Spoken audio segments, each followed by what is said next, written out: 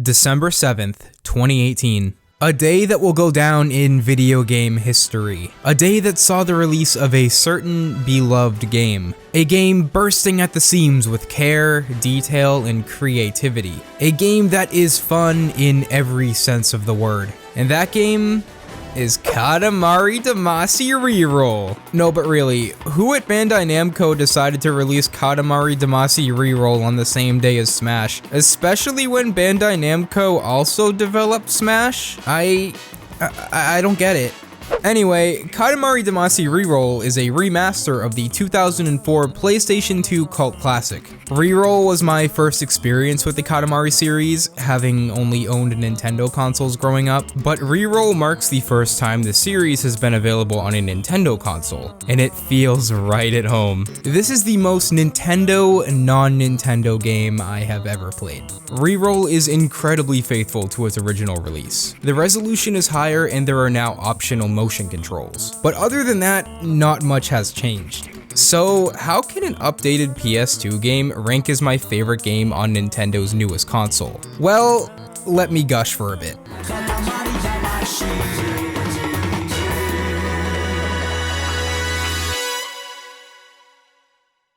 Katamari Damacy takes a simple concept and rolls with it. Quite literally. The player takes control of the Prince of all Cosmos after his father gets super hammered and shatters everything in space. So, being the responsible parent he is, the king tasks his son with repairing the cosmos by rolling up random junk from Earth and turning the accumulated mass into a star.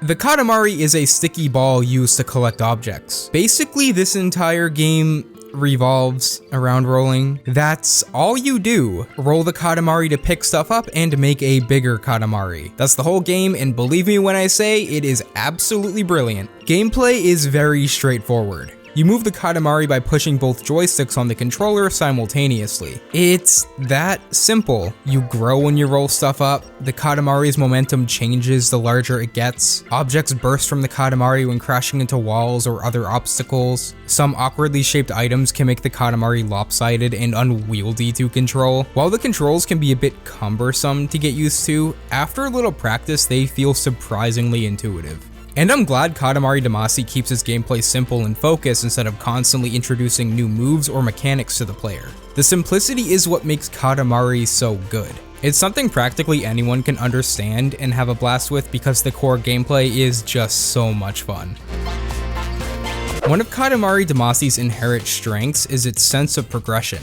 The game constantly teases the player with objects that are clearly too large to roll up. You start off fairly small, rolling around a house and collecting thumbtacks and dice and whatnot, but soon the Katamari grows into an apocalyptic mass of buildings, islands, and even gods. After you gain enough mass, there is a visual indication that the Katamari has grown in size. The camera angle is adjusted to provide a clearer view, but what is most impressive is the map will seamlessly expand to include new items and environments. Previously inaccessible areas are unlocked as the objects once blocking your path become part of the Katamari itself. And other locations will become inaccessible due to the Katamari no longer being able to fit inside.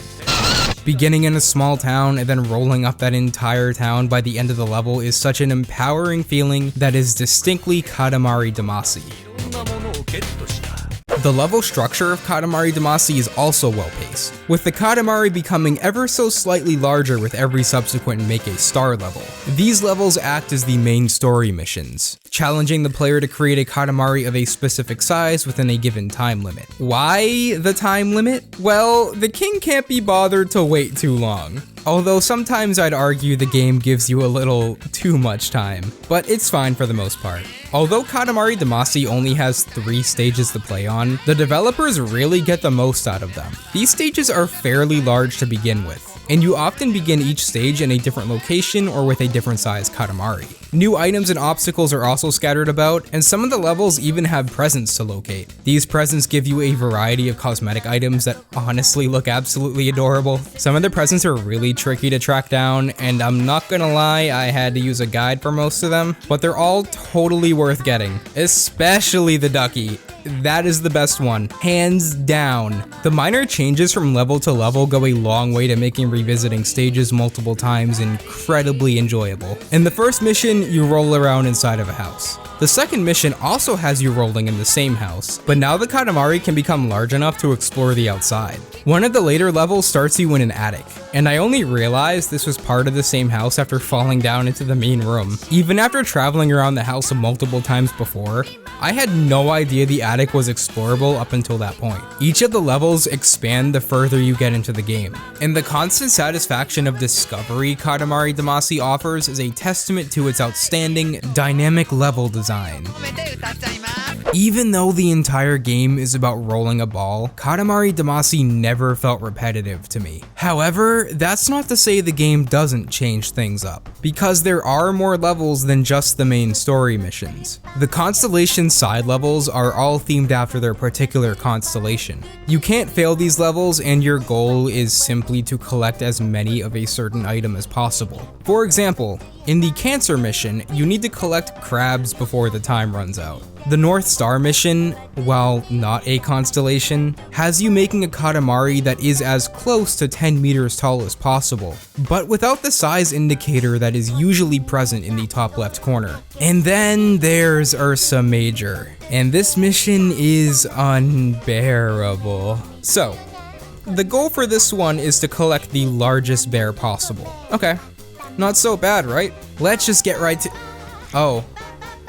Oh, you're only allowed to collect one bear. Yeah, you need to collect the largest bear possible, but you can't collect any other bear in the process. And things like statues of bears, teddy bears, and the beware of bear signs count too. So make sure you avoid any bear related thing at all cost. I really like this concept as, unlike other levels, the goal isn't to collect as much stuff as possible. You must actively avoid certain objects and hold out for the largest bear you can manage. It's a nice change of pace that doesn't alter the main mechanics of rolling, collecting, and growing. Rather, it simply changes the context of these mechanics. This level is legitimately difficult due to the downright insidious placement of some of the bears, and that's not even to mention there is a cow version of this level as well. So, yeah, have fun.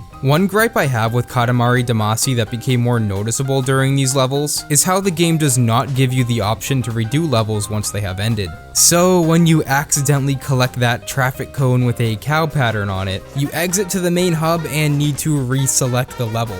This isn't much of a big deal with other levels given how long they can take to complete, but subsequent replays of the bear and cow levels can be quite quick in succession, making the process of trying and trying again pretty tedious. I think this is one of Katamari Damacy's biggest problems in terms of design. On the topic of problems, there are two other issues I would like to mention. First, the camera can be a bit awkward sometimes, especially in the house level. It can be really difficult to see the objects in front of you when the Katamari takes up 80% of the screen. But I can understand why the developers didn't want to zoom out too much since a large portion of this level takes place inside of the house. The camera is only an issue during a few levels, so it's not a constant problem. Also, getting stuck between objects is fairly easy, and it can be frustrating when the only way to free yourself is waiting until the Katamari shreds off enough objects to slip out. Watching the size of the Katamari drastically decrease within seconds without being able to do a thing about it is a little frustrating. Control is out of the player's hands, but luckily in my experience, being stuck never lasted for more than a few seconds, and it was easy to regain the lost mass fairly quickly. It's a moment of frustration followed by the immediate satisfaction and catharsis of picking up more stuff. So it's not a big issue, but it's there nonetheless. Speaking of stuff just being there, great transition, Katamari Damacy also has a multiplayer mode. And it's alright. You and a friend are put in this arena and, well, you try to collect the most items. It's really no different than the single player mode other than fewer interesting locales and items to roll up. You can roll up your friend though, which is pretty funny. The mode is fun enough, but I never really felt the urge to go back and play it after a few times. It just doesn't have as much depth as the single player, although I feel like multiplayer Katamari Damacy has a lot of potential. I'm just gonna throw this out there, I can see this being an amazing battle royale game. I know the battle royale genre is a little oversaturated at the moment, but Katamari Battle Royale could legitimately be an amazing game. I don't see it happening, but I would be there day one and I would play that every single day. But I think the best part about the multiplayer mode is being able to choose one of the prince's cousins to play as. Let me just say that I love all of their designs so much. They're all just so distinct and visually appealing. But if I had to choose a favorite, it would easily be Miso. Look, she's just a bowl of soup! How great is that? Unfortunately, the cousins are only playable in the multiplayer mode, but you can find some of them just wandering around the single player levels. And the king always comments on one of their features and says how disturbing they are. It's pretty great. Gotta give props to the writing of Katamari Damacy though. There isn't a lot of it, but it's incredibly good. The king of all cosmos steals the show with his bizarre, backhanded comments and blissfully arrogant personality. There's just something off about him. Also, some of the item descriptions are great too, like the shark building. Like, what does that mean? So now I think it's a good time to talk about Katamari Damacy's wonderful presentation. First, I need to talk about the soundtrack, and believe me when I say this is one of the greatest gaming soundtracks ever made. All of the songs are weird and sound like nothing I've ever heard in a game before. As far as I'm aware, the overall genre of the soundtrack is something called Shibuya-kei, which is a mix of a ton of different genres and was popular in Japan in the 90s. All of the songs in Katamari have such a unique energy that matches the game's personality perfectly. They really get me in the mood to roll. One of my favorite moments in the game was starting up the final level and hearing Katamari on the Rocks start playing. This is the game's main theme and is used for the intro movie, and hearing that song finally kick in during the game's last challenge made me go, yeah, this is it. Now, a lot of the lyrics are in Japanese, but there are translations online that give more context to the lyrics. There is one song that's entirely in English though, and it is absolutely hilarious. Just take a listen to this, it's so good. I know you love me. I wanna word you up into my life. Let's roll up to be a single star in the sky. I hear you calling me. I wanna word you up into my life. Let's lap up to make a single star in the sky. I've always viewed the soundtrack as one of the most important ingredients to making a game great. For me, a good soundtrack that I can enjoy outside of the context of a game keeps that game alive in my head. Katamari Damacy has a soundtrack that I will never stop listening to and never get tired of hearing. It's so bizarre, charming, and out there. A perfect fit for the surrealist chaos that the player is taking part in. And yeah, this game is pretty chaotic if that wasn't already apparent. Trying to figure out the context of some of the stuff that's going on in the background is almost another game in itself. Why is this girl photocopying melons? Also, I like the dude next to her photocopying paintings with the police officer just chilling behind him. That's comedic gold right there. I love this more casual approach to absurdity presented by Katamari Damacy. The game isn't trying to draw your attention to how weird it is. It's just naturally weird, if that makes sense. If the tone and humor match the gameplay to a T. Even the act of rolling the entire world up into a ball is intrinsically hilarious. Katamari Damacy is a visual comedy in every sense of the word. And on the topic of visuals, I love how this game looks. I'm very happy the developers of REROLL chose to keep the original low-poly PlayStation 2 item models. The items in Katamari Damacy were actually modeled by game design students in Japan as a way to teach them how to 3D model, and that is so cool. That must have been such an amazing opportunity for those students. If I were a game design student, that is the kind of experience I would have loved to have had.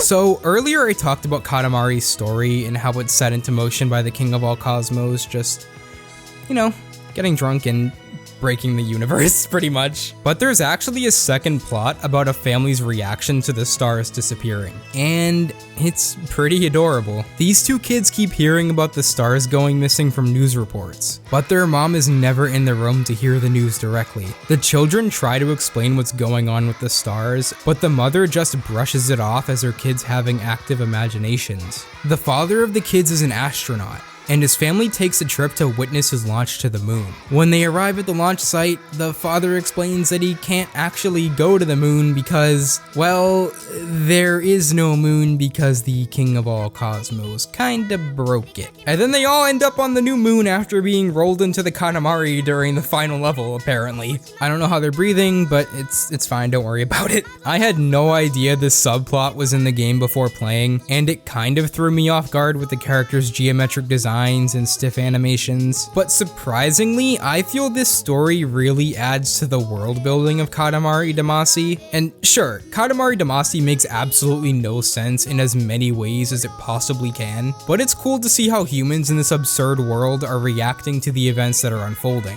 And I also think this story adds to the childlike wonder aspect of Katamari Damacy as well. It just feels so pure and innocent, and I really do get that vibe from the entire game. You know, there's no evil in the game, there's no villain that we need to take down. It's just roll things up into a ball, chill out with some awesome music, and have a great time. But I think the moment that cemented Katamari Damacy as one of my favorite games of all time comes during the end credits. And if you haven't played Katamari Damacy before, now might be a good time to stop watching this video if you do not wish to be spoiled. It's not something mind-altering or game-changing, but it's just something that was a genuine surprise that I am happy I didn't know about before playing. So, after recreating the moon and taking part in a celebration, the player rolls the Katamari around the Earth, picking up different countries as the end credits roll. And the song that plays expresses the wish of world peace by rolling in everyone together despite our differences. As ridiculous as this sounds, this part really hit me. I wasn't expecting Katamari Damacy to have this sort of message attached to it, but it fits so well within the context of the game. This entire time, you have been rolling up everything and everyone together. That's what this whole game was about all along, I think. I love how Katamari Damacy utilizes gameplay to get its message across here. This is why I appreciate the interactive medium of gaming so much. When a gameplay mechanic is utilized so well that it significantly enhances the game's overall message or meaning, that's when you know you're playing something truly special. Katamari Damacy is a game with a lot of heart. Sure, it's not perfect, but there is nothing quite like it. From the absurdist story to the bizarre and surprisingly satisfying gameplay, Katamari Damacy has a sort of novelty to it, being equal parts joyful as it is surreal. It's the most wonderful sensory overload I have ever played, and there's no other game that has left me with a bigger smile on my face.